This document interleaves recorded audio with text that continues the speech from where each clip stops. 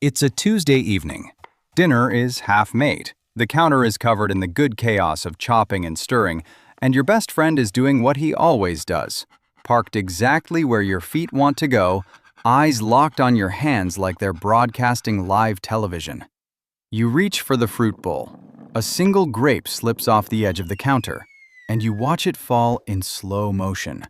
The little green bounce, the tick of it hitting the tile, and your dog dives for it like a goalkeeper in a cup final. He's got it. He's already chewing, and in that split second, your stomach drops. Because a voice in the back of your head says, "Wait, is that a bad one?" And the truly frightening part isn't the grape. It's that you honestly don't know. But what if I told you that the food most likely to send your dog to the emergency room tonight isn't the obvious villain you're picturing? It isn't the chocolate bar. It isn't the birthday cake. In my experience, it's something with a health food label on the front, sitting in a jar you'd hand your child without a second thought. And the reason it slips past even careful, loving pet parents has nothing to do with how much you care and everything to do with a single word printed in the tiniest letters on the back. Hi everyone, I'm Dr. Ben Carter, your neighborhood veterinarian. And I have to tell you, this is one of the most common things pet parents ask me about, and it's almost never asked calmly. It's asked from a car. It's asked at 9 p.m. with a kid crying in the background. It's the same sentence every single time. Dr. Ben, he ate something off the floor, and I don't know if I should be worried. My friends, I never want you to make that call from a place of guessing. You should never have to Google your dog's life on a phone with 11% battery. So here's what we're doing today. First, I want to dismantle the one instinct that causes more accidental poisonings than any other. And it's an instinct that comes from love, not carelessness. Then, I'm going to give you the 10 foods in plain language with the amounts and the early warning signs, including the hidden places they live where nobody thinks to look. And finally, I'll hand you the whole thing as a permanent system I call the kitchen safety checklist. So this stops living in your memory and starts living in your house. If this is the kind of thing you want more of, hit that subscribe button while you're here. It genuinely helps me protect more dogs. And if you're the notebook type, grab one. There are numbers coming, and numbers are the difference between a protocol and a panic. Now, let's talk about the enemy. Because it isn't ignorance. Every pet parent I've ever met in my exam room knows chocolate is bad for dogs. Everybody knows. The enemy is a quiet little assumption that lives underneath that knowledge, and it goes like this. If it's safe for me, and it's not on the famous list, then it's probably fine for him. If I can eat it, they can too. It's such a warm thought. It comes from wanting to share, from wanting them at the table with us. From that feeling when they look up at you with those eyes and you think, how could a bite of something I love hurt something I love? And here's the reframe I want you to hold on to for the rest of this video. You were never being careless. You were being generous with information that simply doesn't transfer. Think about it like fuel. You pull into a gas station and there are two pumps standing side by side, gasoline and diesel. Same station, same nozzle shape, same clear liquid, same smell of a road trip. Neither one of them is bad. Put diesel in a diesel engine and it will run for 400,000 miles. But pour that exact same diesel into a gasoline engine, an engine that was simply built differently, and you don't get a warning. You don't get a check engine light. You get a very expensive silence. Your dog is not a smaller you.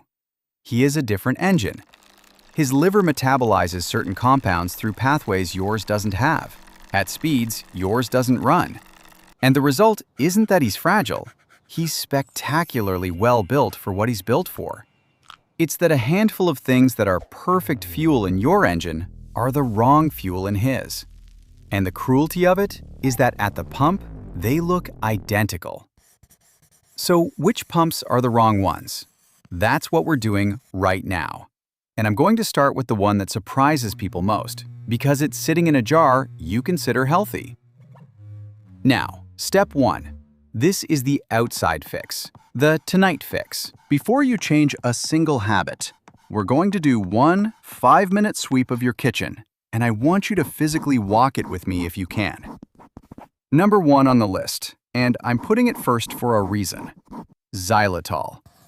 You may know it as a sugar-free sweetener, but here's the part that catches people. On a label, it very often doesn't say xylitol at all. It says birch sugar. It says natural sweetener. Sometimes it just hides inside sugar-free and nothing else. And I want you to do something for me right now. Pause this video, walk to your pantry, pick up your peanut butter, and read the back of the jar. I'll wait. Because peanut butter is the single most common way I see this happen. The sugar-free jar someone bought for their own diet, used to hide a pill or fill a puzzle toy, given with total love. Xylitol is genuinely toxic to dogs, and this is a case where that word is exactly the right word. In a dog, it can trigger a massive insulin release and drop blood sugar dangerously within 30 minutes, and at higher amounts, it can damage the liver. Research suggests problems can begin at roughly 1/10 of a gram per kilogram of body weight. And a single piece of sugar-free gum can carry a gram or more. For a 10-kilogram dog, that math is not comfortable. The hidden sources: sugar-free gum, mints, protein bars, some yogurts, some peanut butters, chewable vitamins, and, the one nobody expects, many toothpastes and mouthwashes on the bathroom counter. The correct way: every sweetened product that comes into your house gets a 5-second label read before it hits a shelf, and anything containing xylitol or birch sugar lives behind a closed cupboard door, never a countertop. Budget alternative: you don't need a fancy dog-specific peanut butter. Plain peanut butter, whose only ingredients are peanuts and maybe salt, costs less than the sugar-free kind, and 1 teaspoon is plenty for a medium dog. Vet warning: never assume the jar you've had for 2 years is the same recipe. Manufacturers reformulate, and I have seen exactly this catch a careful owner who had read that same label 18 months earlier. Number 2. Grapes and raisins. And this is the one from our kitchen floor.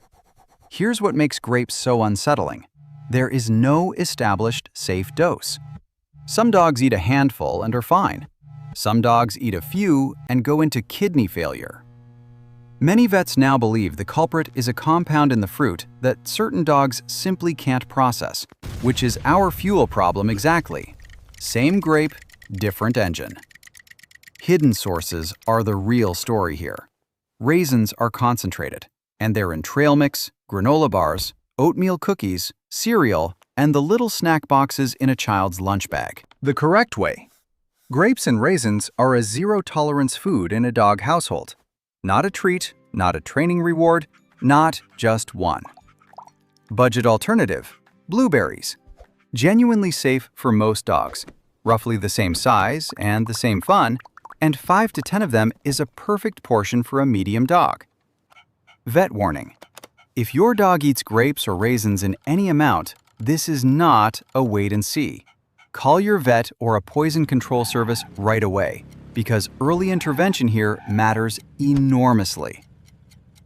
Number 3. Chocolate. But with a nuance most people miss.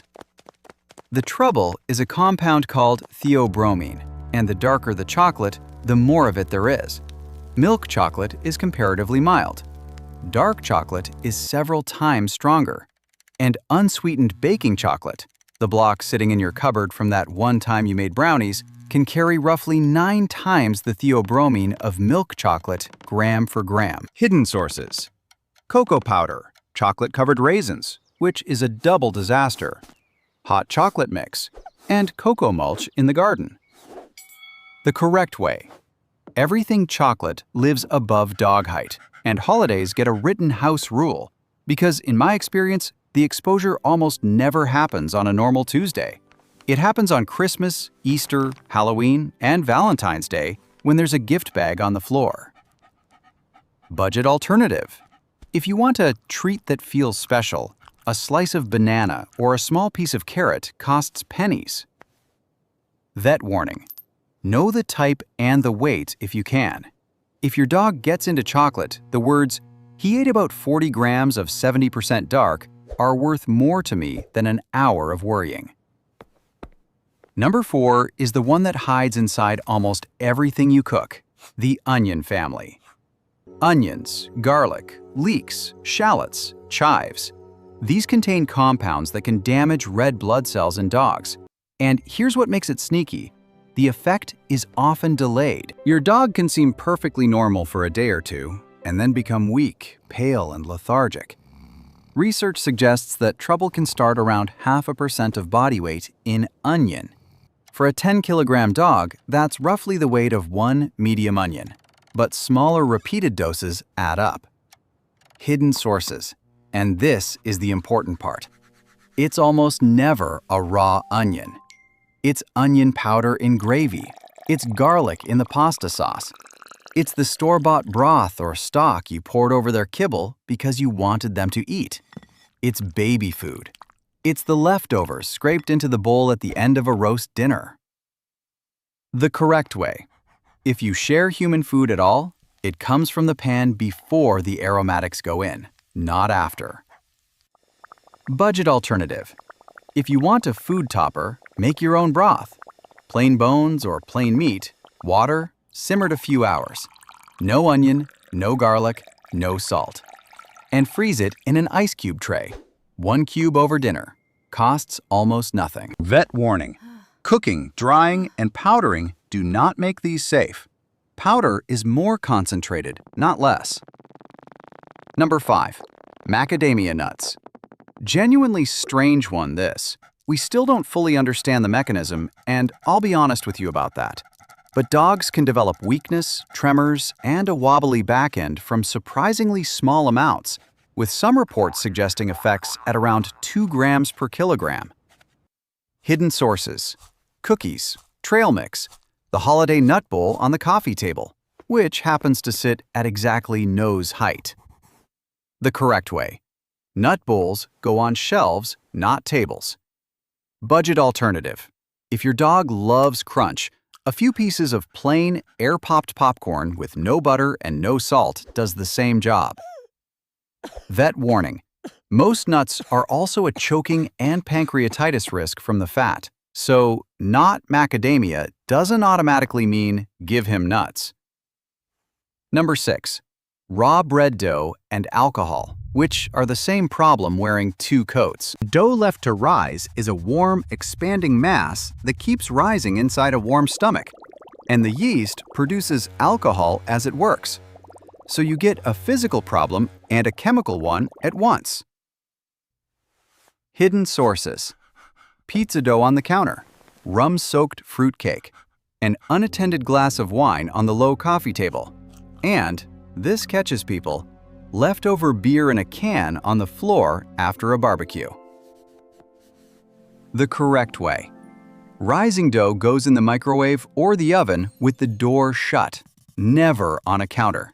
And glasses go up before you sit down. Budget alternative. None needed. This one's free. Vet warning. Bloating, retching without producing anything, or a swollen belly is an emergency, full stop. Do not wait until morning. Number 7.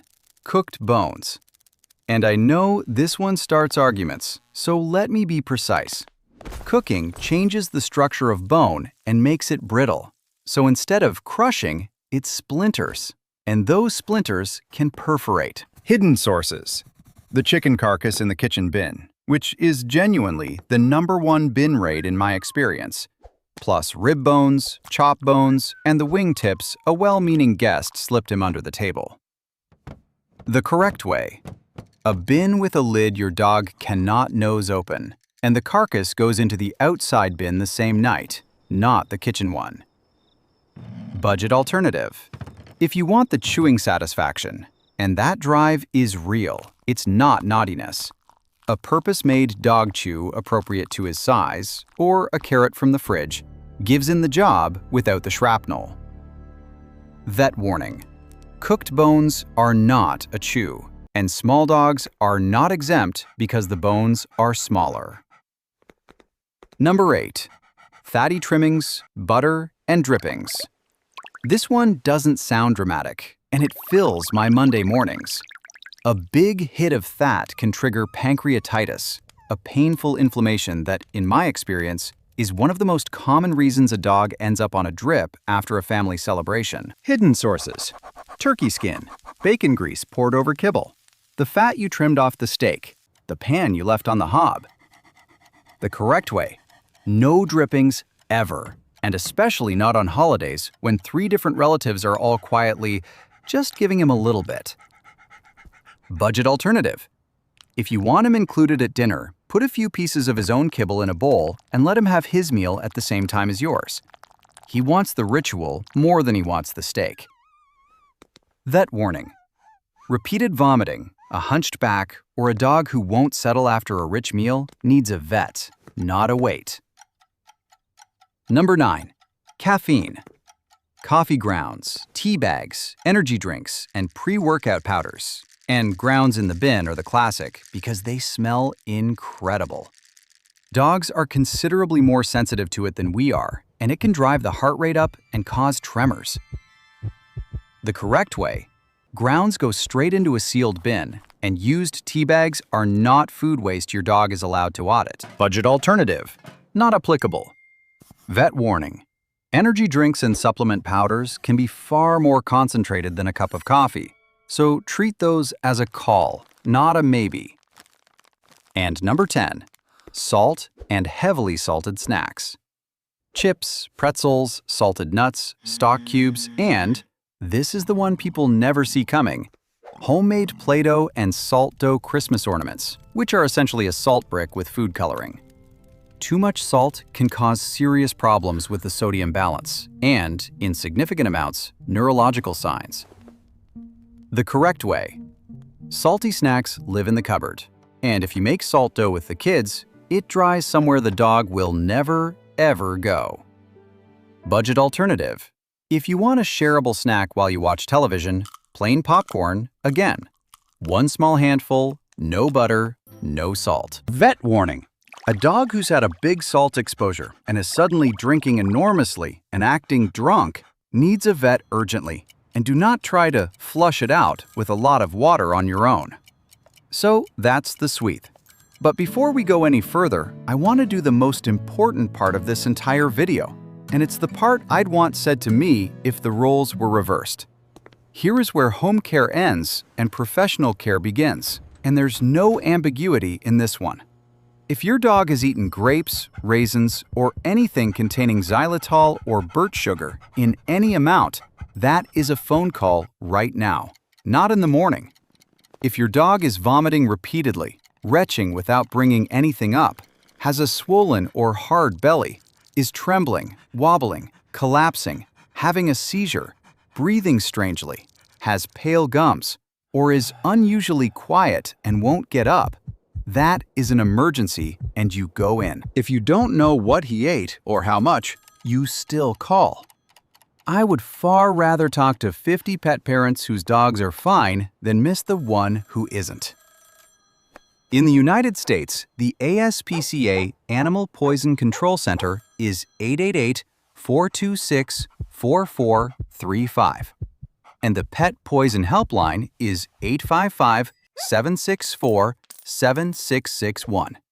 Both may charge a consultation fee, and both are worth it. Wherever you are in the world, find your local equivalent tonight and put it on your fridge. And please, never make your dog vomit at home unless a veterinary professional has told you to on that specific call. With some substances, that does real harm on the way back up. Now, here's the thing. Everything we just did fixes the outside. It clears tonight's kitchen. But you cannot win this with vigilance, my friends. Because vigilance is a battery and it runs out. On the day you're tired, or hosting, or holding a toddler in one arm. So now we have to fix the inside, so this never comes back. Step 2. 4 habits, and they take about 20 minutes to set up once. First, the label habit. Every sweetened or sugar-free item gets a 5-second read before it's put away, and you're looking for exactly 2 words: xylitol and birch. That's it. 2 words. Do it at the shelf, not at the moment of panic. Second, the height rule. Draw an imaginary line at your dog's nose height plus the length of his neck when he's feeling ambitious, and treat everything below it as public property. Not because he's badly behaved, because he's a dog with 40 times your sense of smell and no concept of a pantry. 15 minutes of moving jars is worth more than 15 years of leave it. Third, the guest protocol. And this is the one that actually saves lives. Everyone who eats in your house hears one sentence: he's on a strict diet, please don't feed him anything. I'll give him his treat myself. Then hand them a small jar of his own treats. This works because it doesn't ask people to stop loving your dog. It gives them a safe way to do it. And keep that same jar by the door for delivery drivers and the neighbors' kids. Fourth, the emergency card. One index card on the fridge, your vet's number, the nearest emergency hospital's number and address, the poison control number, and your dog's weight in kilograms. Because his weight is the first question you'll be asked, and it's the hardest one to remember while your hands are shaking. Update it every 6 months. Take a photo of it, and keep that on your phone too. All right, let's bring it home. Step 1. Tonight, do the 5-minute sweep. Xylitol and birch sugar off the counter. Grapes and raisins out of reach. Chocolate up high. No onion or garlic in anything you share. Nut bowl off the coffee table. Dough behind a closed door. Bin with a lid that latches. No drippings. Coffee grounds sealed. Salty snacks in the cupboard. Step 2. Install the 4 habits. Read the label, respect the height line, brief your guests, and put the card on the fridge. Step 3. Put your dog's weight on that card today, because the number matters more than you think. Those 3 things together are what I call the kitchen safety checklist. And here's my challenge to you. You don't have to do all of this tomorrow. Pick just one thing from this video. If you only ever do one, make it the peanut butter jar. Go read the label. It takes 5 seconds, and it is, honestly, one of the highest leverage 5 seconds in your dog's entire life. Because here's what I want you to picture. That same Tuesday evening.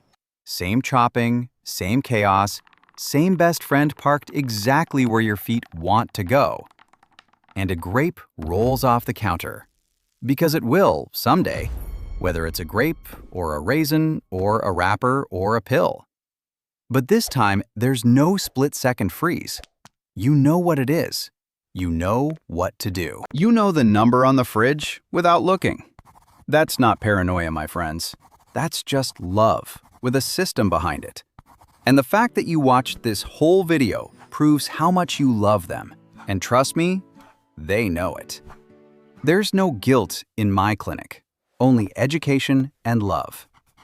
You are your dog's only advocate in a world full of open bins and generous relatives. And today, you got better at the job. So tell me down in the comments, what's your dog's name? And which food on this list surprised you the most? I'm genuinely curious because the answer is almost never the one people expect. And I read as many comments as I possibly can. If this was useful, hit like and subscribe. It helps this channel protect more dogs, and that's the whole mission. And please, share this with a friend whose dog is a professional floor vacuum. You might just change their dog's life. Give your dog a gentle scratch behind the ears for Dr. Ben. Stay safe, trust your instincts, and I'll see you in the next video.